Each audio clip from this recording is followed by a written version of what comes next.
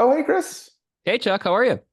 I'm great. It's Saturday morning talking to you. What could be better? Yeah, well, it could be better for outside. It's actually a pretty nice morning from what I understand. It was a nice morning. I had an early coffee and now we're chatting and yeah, hopefully it's gonna be a great day. I think it's a nice reprieve from the triple digit Fahrenheit weather we've been having. I think this weekend will be nice, but it's back into the upper 90s and close to 100 next week. It feels weird to say, but I think we haven't had a bad summer heat-wise. I mean, it's getting there now, and August is always the worst, but compared to much of the country, St. Louis has not been so terrible. Yeah, I mean, I think that there have been days where we've had monsoons, so the humidity has risen, which has been challenging. But to your sage advice a few years ago, we decided to, no pun totally intended, but I mean, take the plunge and put in the pool. And that's been paying dividends in terms of having some ability to cool off. It's great when your kids use the pool. I have a pool that no one ever gets in, and yet I clean it every week, and it kills me every day. So you do the cleaning yourself now? No, let's be honest. I I do I not. I think I've told you this, and one of our partners in the peds ortho division feels similarly. I like the night swim. It's actually a really nice way to just relax, unwind, no devices, put on some music, and just spend 15, 20 minutes in a pool. It's very relaxing for me. This And it is, makes me feel like I'm getting return on investment. I need some of that. Sorry, I have a post-spiral syndrome, as I've been told. That's been going on for 3 weeks, but this is post-work This swim. is like post work, kids in bed, after dinner, like everybody's like usually at that point my wife is working out because I'm the morning workout person, she's the evening. So I try to, unwind, stay up a little longer so we can hang out after she's done working out. And then so I'm just in the pool just hanging out for a little bit. I love it. I love it. That is great. I'll have to consider that. Because I Yeah. mean, as soon as I lay on the couch to watch TV, I'm out. So it's It's true. It's true. Yeah, usually my evening reprieves are reading, and it's usually trying to read something mindless, but lately it's been B-school reading, which doesn't have the same effect. Yeah, you're quite busy. We can talk more about your B school experience in a future episode, but I hear you've had a recent trip up north. Is that right? Yeah, I went to be the graduation speaker for Mayo's fellowship, which was really a treat. Had a great trip, saw a lot of friends, connected. You know, what's really nice about these is the ability to connect with the fellows. So we had a nice dinner, just the fellows and myself. The whole rest of the next day was spent my giving talks, their giving talks. We spent about 2 hours in the lab together doing dissections, very similarly to what you have established here, where the fellows request each of us to do a dissection, and we just did different things. And I told the fellows in Mayo, just like we tell our fellows here, kind of how we think about things.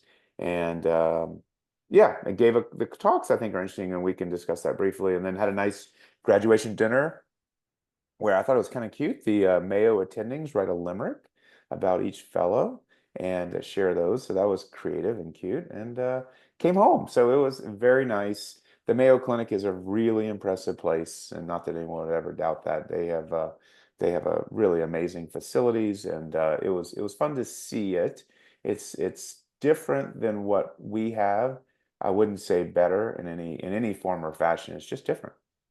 Yeah, no, I've gone up there. I went up there when, I think when I was relatively new attending and attended their brachial plexus course, which was a great course, international faculty, fantastic. A lot of what we've done with the Wash Nerve course was modeled after how they've structured their course.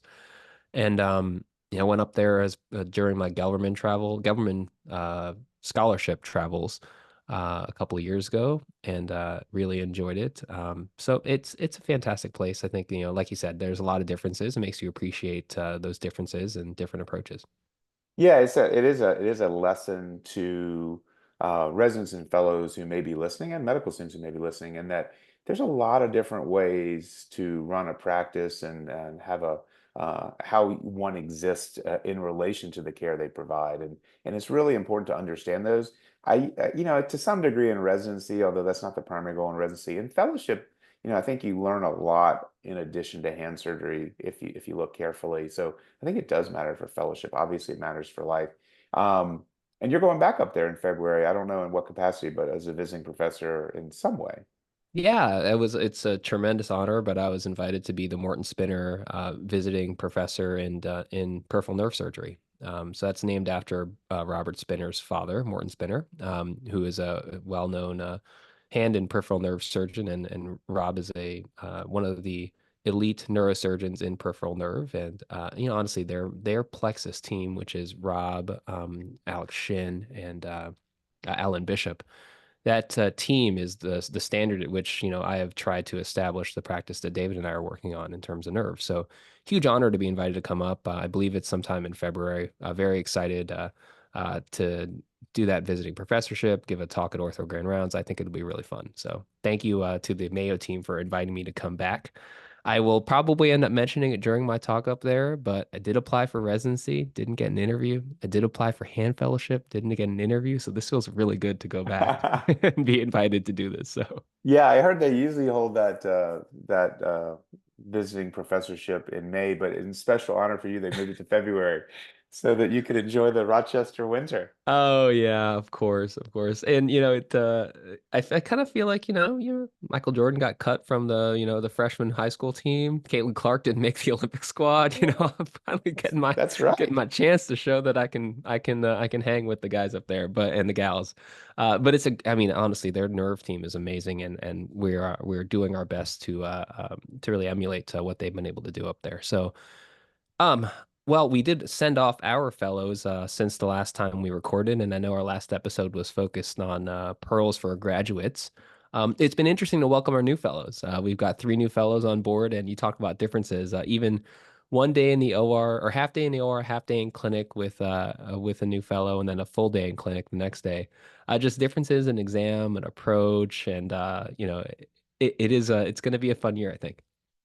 Yeah, it's going to be a fun year, and I've gotten a little started. Our fellowship began on Thursday, which was August 1st, and so a little time with fellows, and yeah, it'll be fun. I am working with a plastic surgery fellow first, which will be great for 2 months, and look forward to it. There's certain things that plastics fellows are interested in, and a lot of that tends to be bread and butter hand rather than flaps because most of them are skilled in that domain. They tend to be less interested as a generalization in things like elbow arthroscopy, which is easy to understand. But yeah, it's always super fun and the process. And let's be honest, you and I learn as well. Yeah, absolutely. I learn a lot, from our different trainees. So one of the new fellow that's on my rotation now was quoting some literature I hadn't read before. He's like, "I'll send it to you." I said, "I probably won't read it, but actually send it to me." No, I think it's been great. Dan's been fantastic on service, and then Nick Colato, who you were mentioning, did come to our nerve clinic in the afternoon on Thursday, and I enjoyed having him there. So here's to the new academic year. Before we jump into today's topic, which I think will be of relevance to a lot of people who are seeing patients who are rock climbers, we should thank our sponsors at PracticeLink. Absolutely. The Upper Hand is sponsored by PracticeLink.com, the most widely used physician job search and career advancement resource.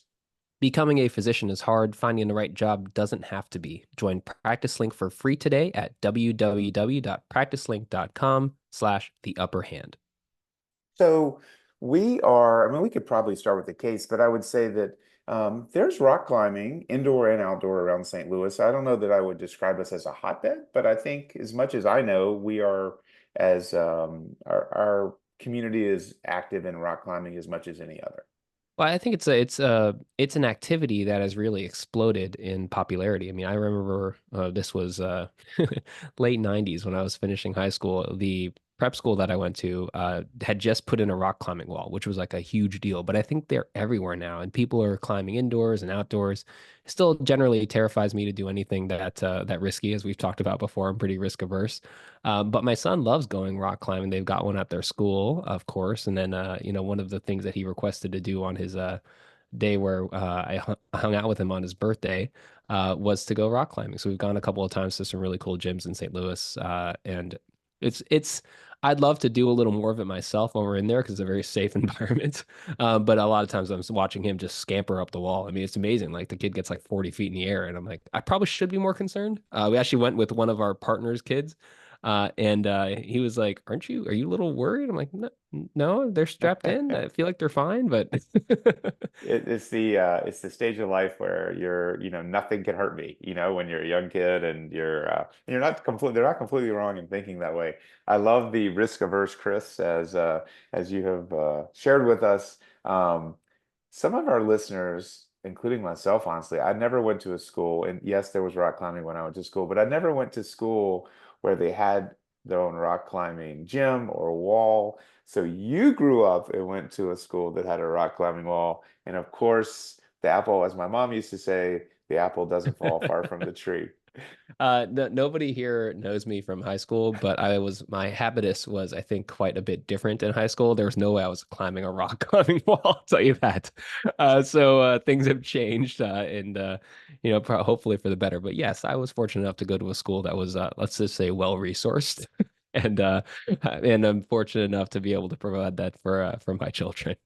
Absolutely. As my wife always said, if you could afford the excellent private school education, why would you not do that? And I always, we had Marty and I met with the fellows before they left, a couple of days before, just to talk about life finances. And we do a little financial work and we talk about coding, of course, but outside of that, and one of my favorite things to say is the greatest, and I do believe this, the greatest gift my parents gave me was education. And it was great education, and I did not have medical debts. I mean, not medical debts. I did not have school debts to pay, and that's an incredible gift, and certainly that is a goal for my children as well.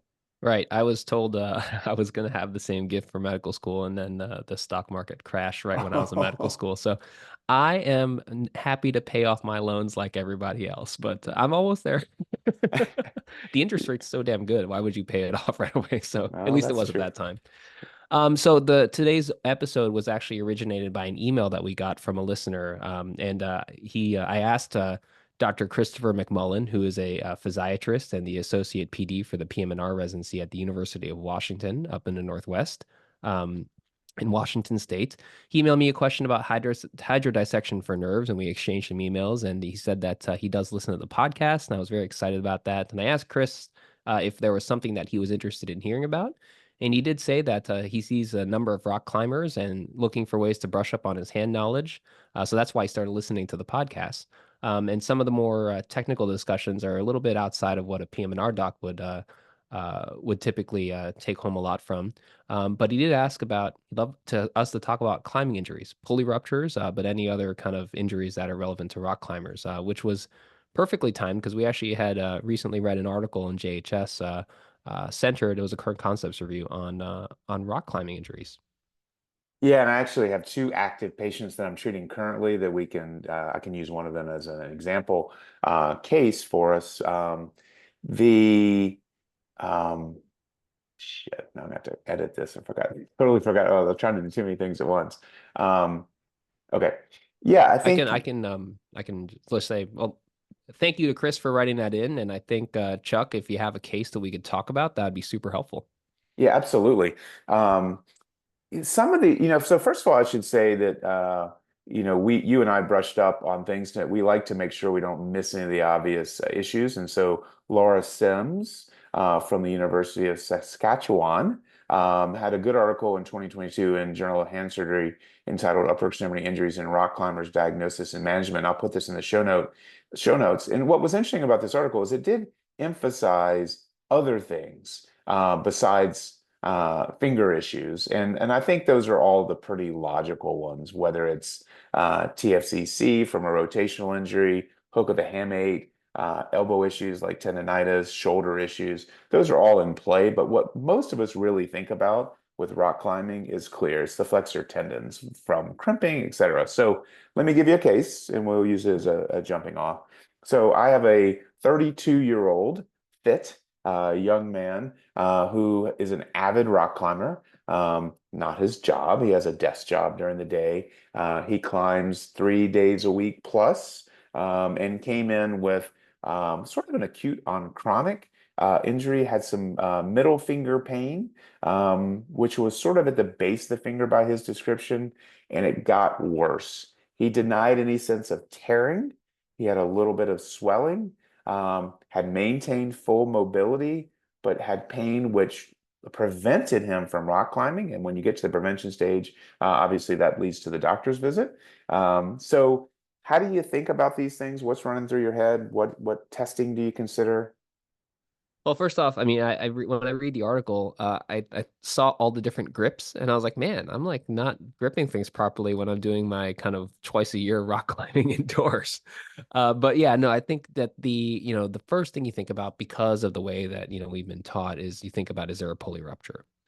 And you know, it, the classic vignette for a pulley rupture is somebody feels a pop or a sensation of tearing, and they swell and they can't make a full fist. Now, somebody doesn't have to kind of meet the classic vignette to have an injury like that, but that's the first thing I'm thinking about. And then, honestly, I learned a lot in reading this article about some of the other different things that could happen in terms of, when the lumbrical shift, which was very interesting. I think it depends on what kind of grip the patient's using, and we can talk about that in more detail about how to think about that and how to assess that. Um, I think, the exam is critical. So feeling, seeing where, if there's any clinically visible lack of motion, you said yes, full motion. If there's any areas where there's distinct ecchymosis or swelling or tenderness, I think tenderness is probably the biggest thing for me on exam. And then during that exam, excluding other potential issues, something more proximal, or something like a collateral ligament issue or a joint sprain or something like that, which doesn't seem to be the case here. So and then we could talk about imaging in a moment. But is there anything else you think about on the exam? I think this will be a good video podcast for those who want to join us on YouTube, and we can talk about certain things. I would love to know, and I really, honestly, I would love to know, hopefully our listeners will as well. How do you examine in these situations? What are you testing? How do you look for bowstring? How do you test FDS versus FDP? How do you palpate? Those kind of things I think would be helpful to discuss and demonstrate maybe.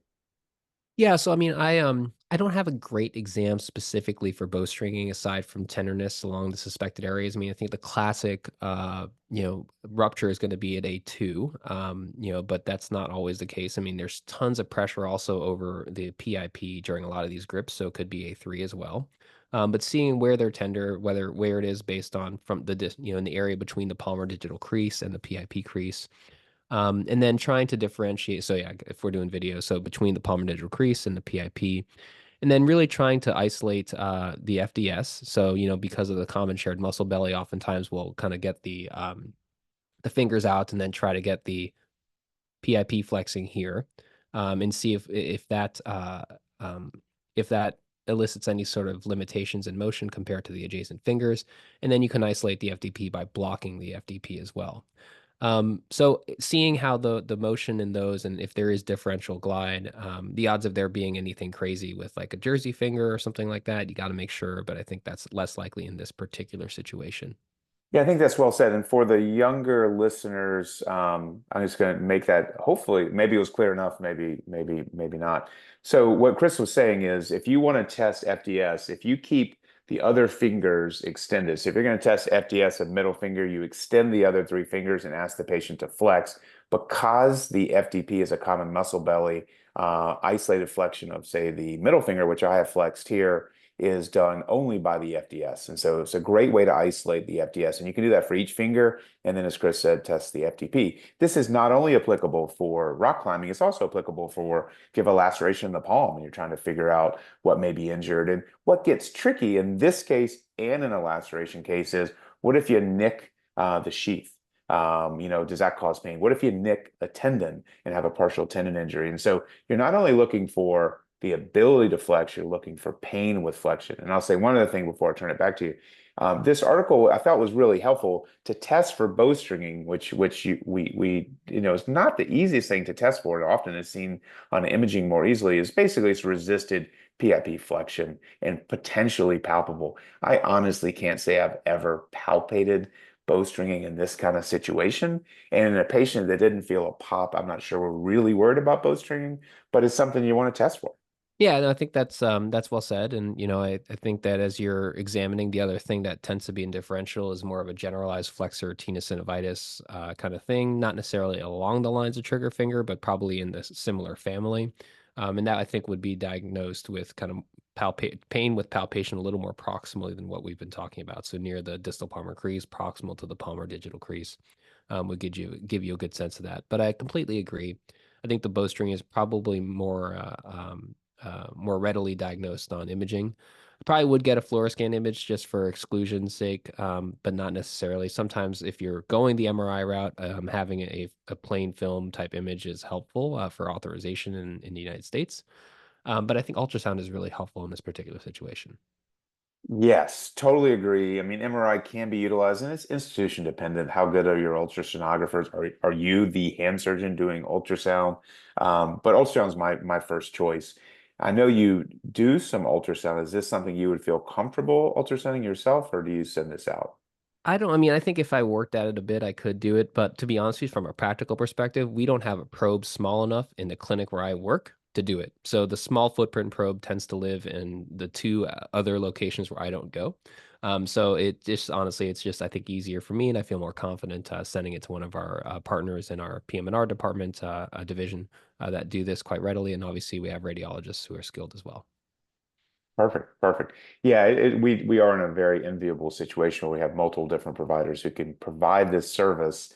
Um, so you see the patient, they have some vague discomfort, let's say near the palmodigital crease, no palpable bowstringing, no ganglions, some mild discomfort with resisted flexion, but nothing dramatic. But the guy said that, hey, I haven't climbed in 2 weeks. It feels a little better, but I still have pain, and so. Is your next step an ultrasound, or would you consider an injection on that first clinic visit, or what do you do? I wouldn't necessarily go straight to an injection. I think if I was, I think if they're rock climbers tend to be a different breed. They love rock climbing, and they're very apt to continue climbing through a lot of stuff. But if it says a lot if this patient can't climb. Um, One thing that we didn't talk about, but if this was not the middle finger, but if it was the ring or the small, I think the differential changes a bit. They talk about hook of hamate issues, and with the FDP ring and small running over the hook of the hamate, and with that kind of repetitive grip through the FDPs, that can really put a lot of pressure on the hamate. And if your suspicion is more for a stress reaction or eventually a non-displaced hook of hamate fracture, then there might be a role for a straight up cast immobilization, which obviously would keep them out of climbing for quite some time. But I think my counseling would probably be with this middle finger patient to say, why don't you stop climbing for a bit? Let's see if things quiet down even before jumping to an ultrasound or an MRI, I may just give them the option of activity modification and a pulley ring. Because even if it's not truly a pulley injury, that might make them feel a bit better. And I think that's something that can be readily accomplished by our therapy colleagues, or pulley rings can also be purchased, on the interwebs. I love all that. I want to follow up on a couple of those things. First of all, I'll start by saying many of these experienced climbers will tape their fingers in advance, or will tape their fingers in an effort to control discomfort and create their own pulley rings with tape. We all know the limitations of tape, though. Tape is it feels good when you first put it on, whether you're taping your ankle or taping your fingers, but it doesn't tend to do much over time, especially with sweat. So pulley rings make sense and can be helpful along with the typical non-operative modalities like anti-inflammatories, et cetera. Um, the other thing you said, which was interesting, which I totally agree with, is the hook of the hamate. And so um, I have traditionally, and this is a little bit of a side, but not really, diagnosed hook of the hamate just by palpation, right? So you go about 2 centimeters distal and radial to your pisiform. Pisiform is always at the wrist crease, and hook of the hamate is distal. And typically it's an easy diagnosis, so to speak. I love this test, which I honestly haven't been doing for that many years, where you ask the patient to only deviate the wrist, even though I don't think that's vital. You extend the wrist a little bit and then resist, flex their fingers and I resist them. If they have a hook of the hamate fracture, they jump off the chair. It is really, really impressive. It's a super helpful test. Yeah, and in addition to what Chuck has shown us here on the video, I mean, it's nicely laid out in this article. The other way to increase the sensitivity of that test will be to palpate on the hook as you're doing that resisted FDP for the ring and small. And again, I think that's a really interesting and great test, and probably can help you quite a bit without any imaging. Yeah.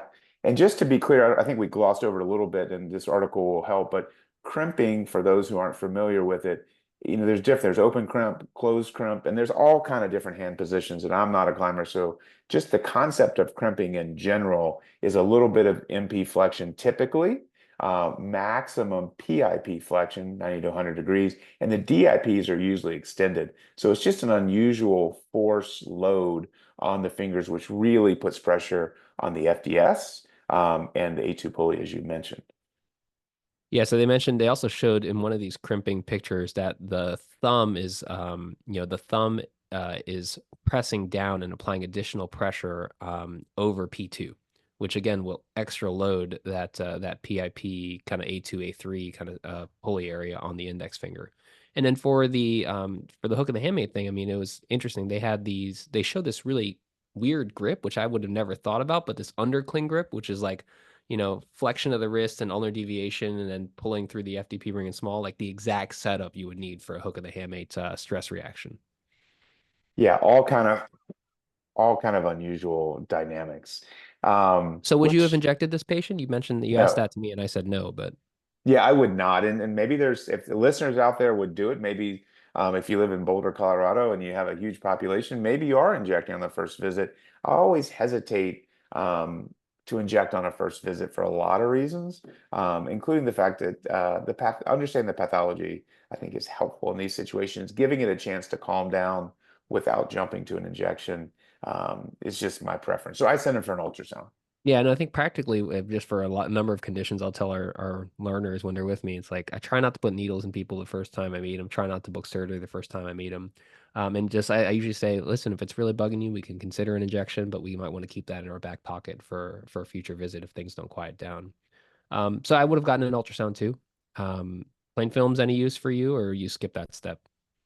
I think what you said is really important. I don't think they're necessarily useful, and if I'm going to get them, I'd probably do a mini C-arm just because it's quick and not terribly costly. But if you're considering an MRI, you almost always have to have plain films before our insurance companies in the U.S. will pay for it.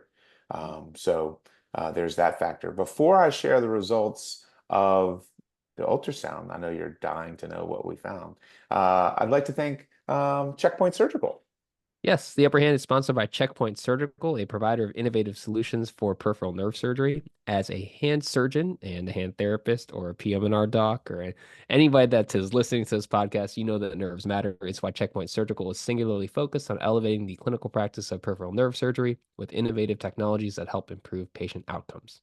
Checkpoint Surgical's portfolio includes a range of handheld intraoperative nerve stimulators, nerve cutting instruments, and biomaterials. To learn more, visit www.checkpointsurgical.com. Checkpoint Surgical, driving innovation in nerve surgery. There are nerves around the pulleys too, so it's not something we've talked about for this particular condition. But they did mention that carpal tunnel syndrome could be something that you see transiently in climbers, just given all the stress on the long flexors as they enter the carpal tunnel. That's exactly right. So, I hate to, build up the suspense around what was the outcome of the ultrasound. And I have to say, this is not uncommonly the outcome. It didn't show much. It was, the pulleys were intact. And I think in general, we have a sense of when the pulleys are ruptured, whether there's bowstringing or just that more sudden traumatic event with audible popping or tearing. And there was inflammation. And that's all we found. So there's inflammation on the ultrasound. Patient remains sore.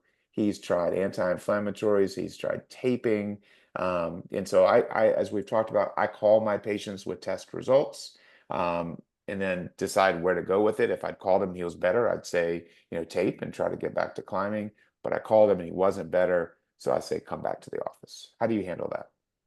Similarly, I try to be better about calling and try to get a sense of that, whether it's a patient I want to call and whether I think that's going to be an effective conversation or whether they're the kind of person that's better off coming in back. I think in this particular demographic, he probably wanted you to text him, but you wouldn't do that, so you called him instead. Yeah, so I agree. I think that, oftentimes it is not a pulley rupture, although that is what we want to diagnose. I think our residents or fellows may have heard me tell this story, but I remember one time in the fall, it was like the first month or 6 weeks of my hand surgery fellowship. I was, of course, on Dr. Gelberman's rotation to start, and we were in his clinic, and I saw a patient who felt a pop and couldn't move his finger very well. And he wasn't a rock climber, but he was a manual laborer and, was pulling something heavy off of his truck. And I came out of the room and I very nervously presented to Dr. Gelberman and said, Dr. Gelberman, I think this patient has a pulley rupture.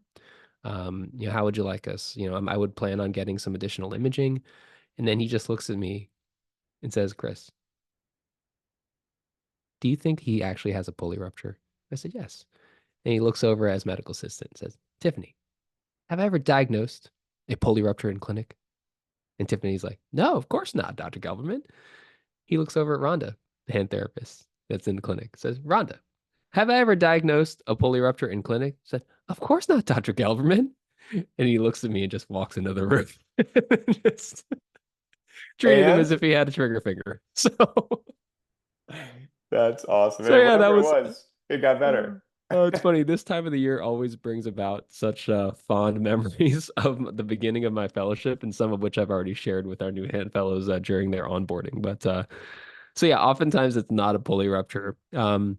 We've talked a lot about this concept of bowstringing, and I think it probably would be good to unpack that a bit for the people that are a little less experienced. But the pulleys are there's a series of very tight bands essentially that run around the bone throughout the finger and really hold the flexor tendons tightly adherent to the bone so that they can actually work across the joints and lead to the flexion of the PIP and DIP. And if you have a pulley rupture, that ring opens up and then it's no longer holding those tendons down to the bone and you see something called bowstring. And now in the setting we would see it more commonly would be if you had a trauma to the finger and you had multiple pulleys that were opened up either from the trauma or from the process of repairing the tendons, then the tendons don't stick down to the bone and they come off of the bone. And then they're not as, their biomechanical efficiency to flex the joints is less because they're further away from what they're trying to move. So that's the concept of bowstringing. And then if you were to image that either on ultrasound or an MRI, what you're looking for is to see the distance from and this is helpful on MRI just because you have the adjacent fingers in the same cut, but you can clearly do it on ultrasound. You'll see the flexor tendons floating more volarly. There's more space between the bone and the tendons at the area of the suspected injury, as opposed to either proximal or distal on the finger or on the adjacent fingers. Really well explained. I have two additions. The first is that number one, we think about this a lot as we consider flexor tendon repairs. And we've made this point repetitively. If we're going to open a finger and do a flexor tendon repair, we try to work between the key pulleys, being A2 and A4, but only open what we have to, because while the A2 and the A4 are clearly the most important pulleys, if we have to sacrifice one or one has been injured, if we have the A3 and the C2 and the A4 intact, well, the likelihood of bowstring is decreased. So that's super important. The second point is that while everything you said is true and you lose the mechanical advantage provided by the pulleys when they are injured, so flexion strength and work of flexion may be affected, clinically what you see is a lack of full extension. And Marty Boyer taught me that many years ago. And at first, I just had a hard time wrapping my brain around it. But it's true. If you injure the A2 pulley, you may develop a PIP flexing contracture. Now, it's not going to be a huge contracture, but you just don't have full extension. That's really interesting. I think that's a really good point, and I think that's it's not stuff that's in the textbook. So thank you for bringing that out.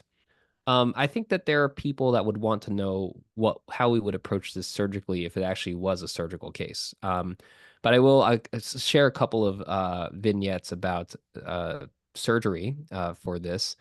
Uh, I don't know how many you've done in practice. I can count it on one hand, and that would maybe be generous. But interestingly enough, I was asked by a faculty member during my residency to help write a review article about flexor pulley reconstruction. And I said, oh, okay. Of course, being a resident, but wanting to go into academics, I think I was applying for hand surgery, soon as needed to kind of get some productivity. I said, of course. And I asked this faculty member if they had any cases to share. No cases, at least documented with pictures. And I asked around the faculty, and there was not a whole lot of responses. So it's just, and not, that's nothing against the people that I worked with in residency. We actually ended up doing an article, a separate article because of that, looking at in New York State how many pulley reconstructions hand surgeons had done. It is very, very small. So this is not a surgery that's coming up often, at least in a I don't know, New York State. I don't know how many rock climbers there are. Maybe it's more coming up more often in places where there's a higher incidence of rock climbing, but it's just not a common operation. That's what I'm trying to say. Oh, for sure. I don't know that I've done, I don't think I've ever done one in a rock climbing situation. So I've done them, of course, for chronic flexor tendon issues and stage reconstruction. That's the only setting. And I've done that maybe low double digits, if that, but probably between 5 and 12 or something. So really low numbers. There's nothing technically all that challenging about it. A lot is made in the hand surgery textbooks about how you wrap the reconstruction, like the palmaris around the bone, under, over the extensor tendon. But yeah, haven't done a lot of it. And because, number one, the pulley ruptures are rare in the rock climbing population. And two, if you have sorry, I keep saying flexor tendon. If you have a pulley rupture, usually it's one pulley and you do fine.